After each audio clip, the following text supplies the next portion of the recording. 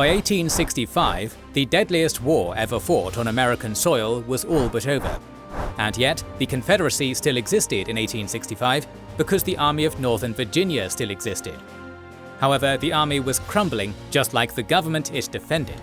Months of siege warfare drained both its strength and morale, and Robert E. Lee knew his position was untenable. However, Lee was not a man to just give up. Although the odds were nearly insurmountable, Lee still believed victory was possible and opted for one last throw of the dice.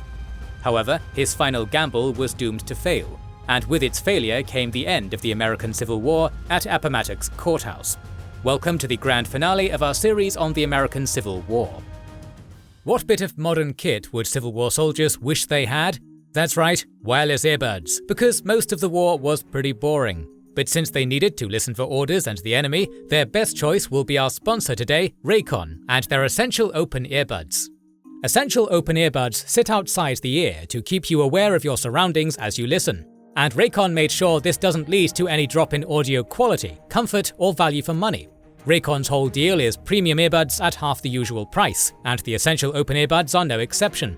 They weigh barely anything, yet still hold 8 hours of charge, plus 36 in the case, and the flexible hook is really comfy, so you can use these things pretty much constantly. We've got some, and they're exactly what you need for city streets and marching columns alike. And now's a better time than ever to get them, because Black Friday is around the corner. Raycon audio products are up to 30% off site-wide. From everyday essentials to the latest releases, it's the perfect time to upgrade your sound or get ahead on gifting. These early deals won't last long. Shop now before they're gone. Go to buyraycon.com/KNGOpen to grab your 30% off deal right now. That's buyraycon.com/KNGOpen. Link in the description. Both the Army of Northern Virginia and the Army of the Potomac dreaded a prolonged siege at Petersburg after enduring miserable trench fighting at Spotsylvania and Cold Harbor. However, Ambrose Burnside's 9th Corps veterans had been at Vicksburg and dreaded living in the trenches far more. Therefore, one regiment decided to break the siege. The former coal miners of the 48th Pennsylvania Infantry believed they could dig a mineshaft under Confederate lines. Their commander and mining engineer, Lieutenant Colonel Henry Pleasants, conducted a formal survey and concluded it was possible. He proposed digging the mineshaft from his position to the Confederate fort at Elliott's Salient, then detonating a mine to Burnside, who eagerly took it to U.S. Grant and George Meade. Grant thought Pleasants' plan was undoable, but there was no harm in letting him dig to stay busy. It was over 500 feet from the 48th's position to their target. Even if the Confederates didn't hear the mineshaft coming and dig their own countermines, engineering doctrine required easily detectable air vents in any shaft longer than 400 feet. Grant approved the plan, then forgot about it without allocating any resources. He was too occupied with operations to cut the Weldon Railroad and Early's Maryland campaign. Consequently, Grant was extremely surprised when Pleasants reported the mine was completed in late July. His men had dug a 511-foot-long tunnel under Confederate lines with a 75-foot-wide galley for the explosives, using improvised tools and timber stolen from a disused bridge. They'd solved the ventilation problem by building an air exchanger using the chimney effect. The Confederates were slow to react, despite quickly detecting the digging, and their countermines had missed, partially due to Pleasants rerouting the tunnel away from danger. Now only the explosives were missing. Burnside had chosen Edward Ferrero's division of United States Colored Troops to lead the assault. Burnside was proud of his colored troops, but left them in the rear during the Overland Campaign on Grant's orders. Eager to demonstrate their combat abilities, Burnside spent weeks training them to lead the assault. After engineers cleared a path, the lead regiments would charge around the sides of the crater before penetrating deeply into the Confederate lines. The following regiments would sweep into the trenches beside the crater to open the gap, while engineers guided reinforcements around the crater. The Confederate center would be broken, and if things went perfectly, Petersburg would be taken. Grant was impressed by Burnside's preparations and approved the plan before appropriating the gunpowder for the mine. To improve the chances of a breakthrough, he ordered Hancock's corps to cross the James and attack the trenches at Newmarket and Glendale. Grant didn't expect a breakthrough, having instead hoped that Lee would extend his lines, thinning the defenses around Petersburg. Moreover, Sheridan's cavalry was ordered to raid Richmond if the opportunity presented itself. The July 27th attack achieved its strategic objective, as Lee redeployed all his reserves to contain Hancock and Sheridan. Grant ordered the mine blown at dawn on July 30th. However, Meade believed that no matter how big a hole was blown in the rebel lines, Lee would just plug the gap and annihilate the assault force with flanking artillery. He also doubted the colored troops' fighting ability and willingness, but lacked the authority to cancel the operation. Meade instead hoped Pleasance would quietly fail and be forgotten. When he instead succeeded, Meade argued against attacking, but Grant wouldn't budge. They had a perfectly good tunnel. It would be wasteful not to use it when the plan could succeed. Out of time, Meade ordered Burnside to use a White division instead on July 29th, hoping the last-second change would force a cancellation. Burnside bitterly protested to Grant, who reluctantly sided with Meade. The Peace Democrats had made race a major campaign issue, while radical Republicans accused Lincoln of thinking black lives didn't matter. Lincoln couldn't risk political blowback from black soldiers dying like white soldiers, and had asked Grant to limit their role until after the election. Grant caved to these fears, but didn't cancel the assault, to Meade's dismay. His heart broken, Burnside morosely had his other division commanders draw straws, and disastrously, James Ledlie won. Ledlie was an incompetent drunk, and his division was thoroughly worn out from combat. Burnside carefully explained the plan to Ledlie, with orders to thoroughly brief his troops that night. Instead, Ledlie just told them to attack after the mine detonated without any details. At 03:30 on July 30th, Pleasance lit the fuse. After a false start, the mine finally detonated at 04:44. 278 Confederates died instantly, and survivors fled from the surrounding trenches. It took 15 minutes for officers to reorganize the panicked troops and begin moving back towards the trenches. Disastrously, Ledlie's demoralized and uninformed troops were equally panicked and didn't advance for 10 minutes. Worse, Ledlie hadn't sent the engineers to place footbridges over the trenches or clear debris as instructed, further slowing and disorganizing the assault. By the time they finally reached the crater, the Confederates were ready.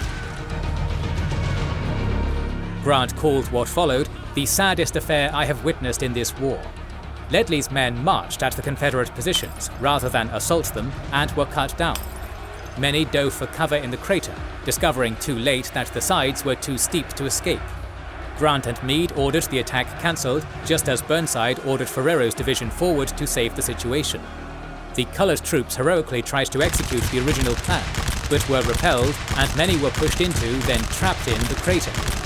While white soldiers were taken prisoner, the Confederates summarily executed most of the blacks. Ferrero and Ledlie were found miles behind the line, drinking rum in a bunker instead of leading their troops. Union casualties stood at 3,798 to 1,491 Confederates. Burnside was scapegoated for the failure and lost his command, while Ledlie and Ferrero were castigated in a court of inquiry, causing Ledlie to resign in disgrace. However, post-war inquiries and Grant's own reports placed the blame squarely on Meade's interference. Still, the strategic situation at Petersburg remained unchanged. The Battle of the Crater was Grant's best and last chance to break through, so he simply continued the siege. For the rest of the summer and fall, Grant repeatedly extended his siege lines, stretching Lee's army to its limits. By the time the November rains halted operations, Grant's lines stretched from Mechanicsville, north of Richmond, to Boynton Plank Road, southwest of Petersburg. Only 2 railways connected Richmond to the outside world, and supplies began to dry up entirely. Meanwhile, in Georgia, William T. Sherman completed his march to the sea by capturing Savannah on December 21st. Grant congratulated him, then ordered his friends to come north via the Navy to complete Lee's encirclement. However, Sherman didn't want to join that quagmire, and instead proposed to march north through the Carolinas to destroy Richmond's last supply sources. Lee's army was the only thing keeping the Confederacy alive, but Sherman believed that Lee would fight to the last. However, starving troops can't fight, and therefore victory would come faster if he destroyed Lee's food source. Additionally, Sherman wanted there to be no doubt in Southern minds that they had lost the war, so every inch of the South had to feel the Union's wrath. To that end, he ordered George Thomas to lead a massive cavalry raid into Alabama once the weather allowed. Grant approved Sherman's plan on Christmas Eve. The remaining 10,000 Confederate soldiers in South Carolina couldn't stop Sherman's 60,000 veterans. However, they believed that the border roads being underwater would keep Sherman in Georgia until May. Sherman knew about that problem and surprised everyone. Tens of thousands of slaves had followed the march to the sea, and some were experienced swamp construction workers. Sherman formed the best of them into pioneer detachments under Union engineers to build corduroy roads and bridges, while cutting new roads through the wilderness ahead of the marching columns. The pioneers got to work on December 30th, and by mid-January, Sherman was inside South Carolina. As with the march to the sea, Sherman cut his supply lines to speed his march. His men filled their packs with ammunition and little else, intending to live off the land, and not resupply until they reached Fayetteville, North Carolina. Sherman gave very strict and clear orders to requisition only the food they needed. Property destruction was only to take place under their corps commander's orders, in retaliation for enemy harassment. However, South Carolina was the secessionists' hotbed and the birthplace of the rebellion. The men thirsted for revenge. Many officers creatively interpreted Sherman's orders to allow wanton pillaging and destruction. Sherman's strategic surprise was aided by speed and deception, and he faced no meaningful opposition. Despite the flooded roads and rough wilderness, Sherman's veterans advanced far too quickly for the dispersed and uncoordinated Confederates to oppose. PGT Beauregard was so confused that he tried defending everything, and ultimately defended nothing. Sherman was marching in 3 columns, with one feinting towards Augusta, another towards Charleston, and the third at his real target. The residents and defenders of Charleston self-importantly feared that they were the primary target of Sherman's wrath. However, Sherman considered Charleston worthless, and was instead marching to Columbia. The symbolic value of taking the state capital where the first secession vote was held was far greater than taking the city that fired the first shot. Columbia was also the last manufacturing and rail hub in the Confederacy. Lee dispatched Wade Hampton's South Carolina cavalry to defend their home state, but there was nothing he could do. Hampton abandoned Columbia on February 16th. Sherman occupied Columbia the next day, and that night, fire annihilated the business district. Lost causes long claimed that Sherman ordered Columbia burned in deliberate revenge, but Sherman gave no such order. Rather, as an 1874 newspaper column stated, the war burned Columbia. Hampton's troopers burned several cotton stockpiles as they withdrew, and civilians threw more burning cotton into the streets as Sherman arrived. High winds carried burning sparks into buildings, quickly overwhelming Columbia's fire brigades. Additionally, citizens seeking to curry Union favor ladled out liquor to arriving troops.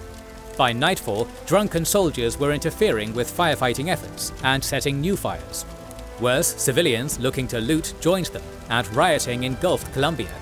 Not a single business survived, and a third of Columbia was destroyed before the winds died down. As Richmond suffered through the hungry winter of 1864–65, Jefferson Davis continued to bluster about the war being winnable through Southern elan and honor. However, he couldn't obscure reality anymore. Fort Fisher's fall on January 15, 1865, cut the Confederacy's final contact with the outside world. In early February, Lee reported losing 100 men per night to desertion, with 8% of his army deserting in January alone. Union soldiers had betting pools on how many rebels would flee to their lines every night. As Sherman advanced, the Confederate garrisons in South Carolina fled into North Carolina rather than fight. While it was far too late to matter, the Confederate Congress finally took the war out of Davis's hands and voted to make Lee General-in-Chief and return Joseph Johnston to Western Command. Davis reluctantly appointed Lee on February 6th, but adamantly refused to appoint Johnston as he would rather lose the war than admit he had been wrong.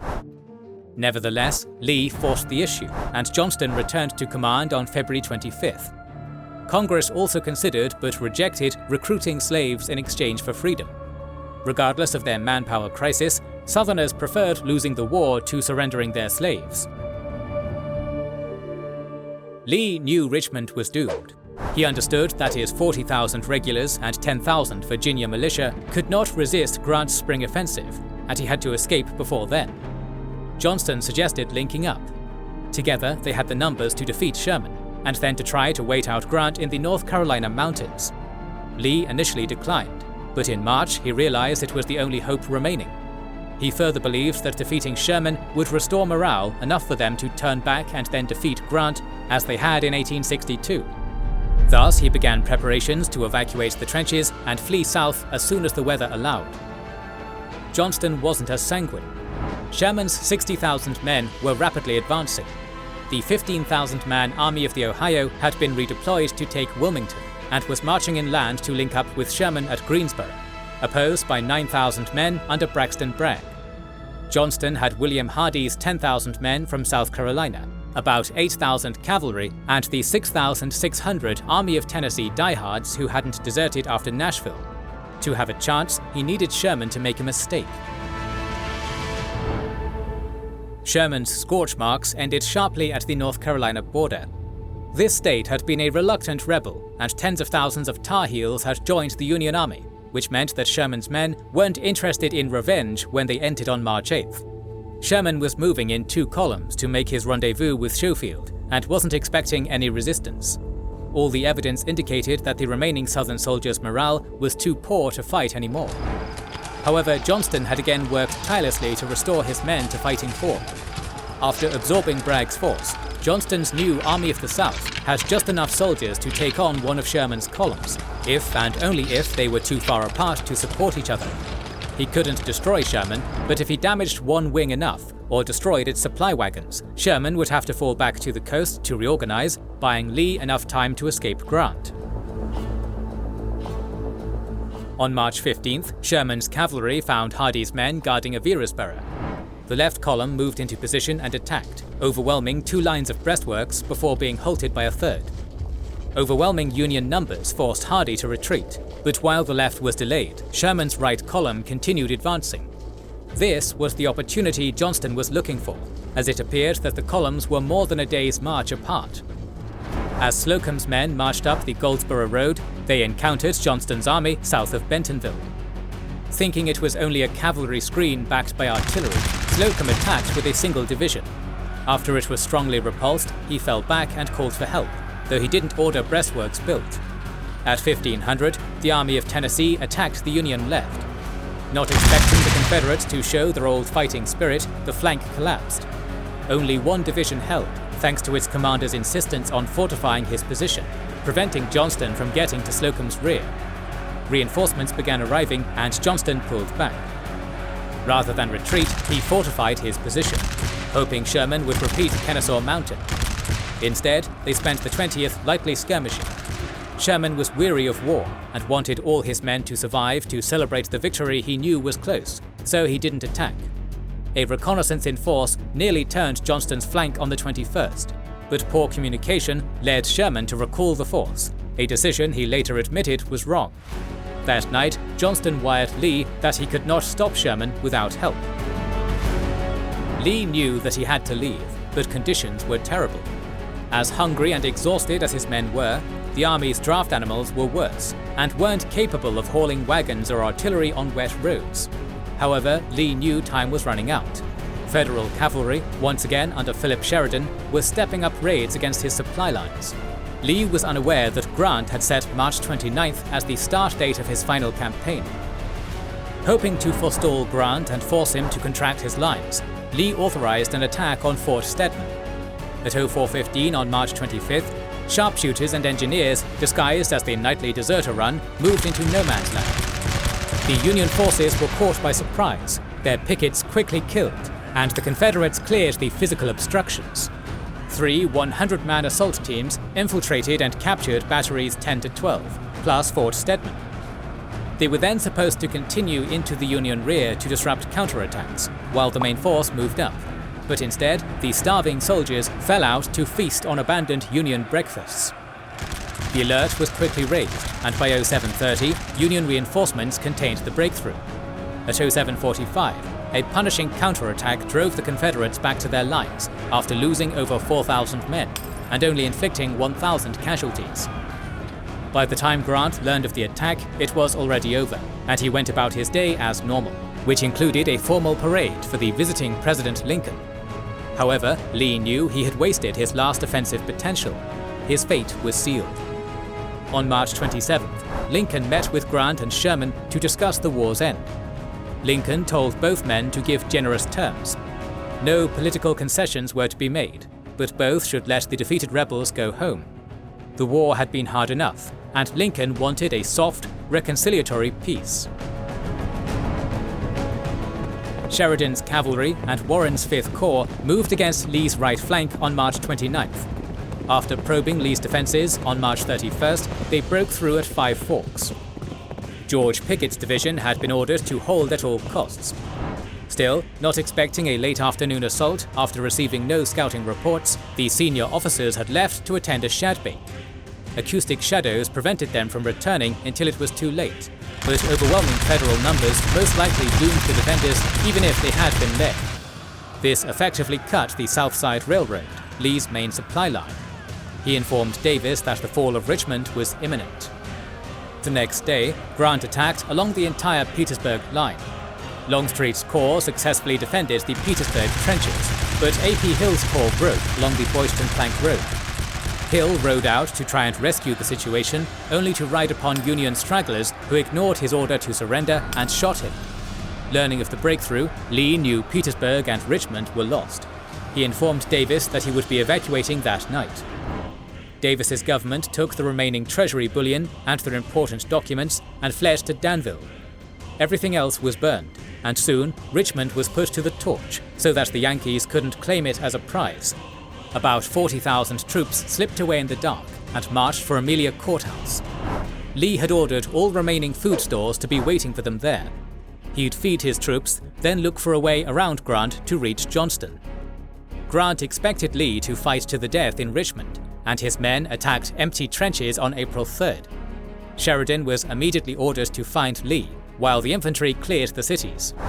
Lincoln came to observe the smouldering Confederate capital on April 4th, and was mobbed by a large gathering of grateful former slaves. Sheridan discovered the Confederates moving west late on April 3rd. Grant didn't know where Lee was headed, but if he escaped Virginia, it would be disastrous. Sheridan was ordered to keep Lee north of the South Side Railroad. Every Union unit was in pursuit. While Lee's troops successfully rendezvoused at Amelia Courthouse, the food had been mistakenly sent to Danville. Starving soldiers fell out to forage, and Lee lost his head start. While waiting for them to return, Lee abandoned about a third of his wagons and artillery, as the horses were too tired to go on. Sheridan's main force caught up that night. As Lee began fleeing west on April 5th, Sheridan hounded his column, slowing Lee's march and letting the infantry catch up. He also managed to get a division into position to block Lee's road to Danville, leaving Lynchburg as his only escape route. To reach it, he'd have to cross Sailor's Creek via 2 narrow bridges. This choke point allowed the infantry to catch and assault the rearguard, along with Sheridan's cavalry. Attacked from 3 sides, 7,700 Confederates were killed or captured, including their commander Richard Ewell. Watching the disaster unfold, Lee despaired but chose to press on. Lee continued marching for Lynchburg, trying and failing to stall his pursuers through cavalry actions and destroying bridges. Grant doggedly kept the infantry after him, while Sheridan constantly found routes around obstructions. On April 8th, George Custer's cavalry division got ahead of Lee's army and seized Appomattox Station, capturing or destroying all the supplies waiting for Lee. Custer then dispersed the artillery train guarding the station, and Sheridan brought reinforcements to block the road to Lynchburg. Lee was finally trapped at Appomattox Courthouse. That night, Lee sent a note to Grant, who had a debilitating migraine, stating that while he was not ready to surrender, he was ready to discuss terms. At dawn on April 9, 1865, the Confederates attempted to break through the cavalry blockade on the ridges outside Appomattox Courthouse. Their desperate charge managed to take the ridge, but then they saw 3 corps of Union infantry drawn up for battle and advancing. The fight went out of the exhausted soldiers, and Lee's officers concluded that surrender was the only option left. Wearing his finest dress uniform, Lee sent a surrender message to Grant at 0800. Grant was riding to meet Sheridan when he received Lee's message, which melted his migraine away. Since he was far from the battlefield, Grant asked Lee to choose the meeting place. By pure coincidence, the house chosen was Wilmer McLean's, whose home had been Beauregard's headquarters 4 years earlier at Bull Run. McLean had relocated to Appomattox to escape the war, only for it to find him again. He'd later say, "The war began in my front yard and ended in my front parlor." A mud-splattered Grant arrived around 1500. After some extremely awkward small talk, Grant laid out the terms. Lee's men would be paroled and allowed to keep their personal items and horses. Officers would keep their sidearms too, and rations would be distributed. Lee agreed and formally surrendered at 1600. As the news broke, jubilation spread throughout the North and despair through the South. The dominoes began to fall, but unfortunately Lincoln wouldn't live to see it. Seeking revenge, Confederate sympathizers, led by John Wilkes Booth, plotted to decapitate the government. On April 14th, Booth successfully assassinated Lincoln in Ford's Theatre. William Seward was attacked but survived. The conspirators were rounded up and ultimately hanged, while Booth was shot in a burning barn on April 26th. In North Carolina, Sherman was discussing surrendering the state with Governor Zebulon Vance's representatives when the news arrived, followed by Davis's government, attempting to flee into exile. However, only Judah Benjamin escaped to London, where he worked as a lawyer until his death. On April 18th, Sherman and Johnston met at Bennett Place and agreed to terms, only to have to redo them because Sherman included unauthorized political concessions to the Confederate state governments. Johnston essentially agreed to the same terms as Lee and surrendered all 89,000 soldiers east of the Appalachians on April 26th. The remaining Confederates east of the Mississippi surrendered by May 4th. Davis formally dissolved his government on May 5th and was captured on May 10th. However, the Trans-Mississippi Department did not learn about Lee's surrender until mid-May. As word spread, its soldiers chose to desert rather than wait for their officers to decide their fate. Edmund Kirby Smith formally surrendered the handful of holdouts on June 2nd, before slipping over the Mexican border. The Cherokee chieftain Stand Watie was the final Confederate general to surrender on June 23rd, formally ending hostilities. The American Civil War remains the deadliest in the history of the United States. Over 655,000 soldiers died from battle or disease, and tens of thousands of Southern civilians died from disease or starvation. This total is only rivaled by the 405,399 American dead in World War II, but that total also accounted for only 0.39% of the total population. In contrast, the Civil War killed 2.1% of the 1860 national population. While the North would look to the post-war period with hope and optimism, the South turned to mourning and resentment. They'd wanted to keep their slaves at all costs, and had paid all costs. The South had lost 18% of its pre-war population. What wealth was not tied up in now emancipated slaves had been spent to fund the war, or destroyed by the Union. What infrastructure had survived was so worn out from the war as to be nearly unusable. The South dominated pre-war national politics, but after the war it was rendered irrelevant until the late 20th century. It would mollify itself by spinning a web of obfuscations, which became the lost cause myth. But the truth was never in doubt. The 11 seceding states had destroyed themselves to protect the privileged slaveholding class. Ironically, the war led to increased cotton production in Egypt, Brazil, and India. Even if the South somehow won the war, its control of cotton production was gone for good, dooming the plantation economy and culture. The war to preserve slavery was truly launched in vain. We hope you enjoyed this long series on one of the single most defining events in American history.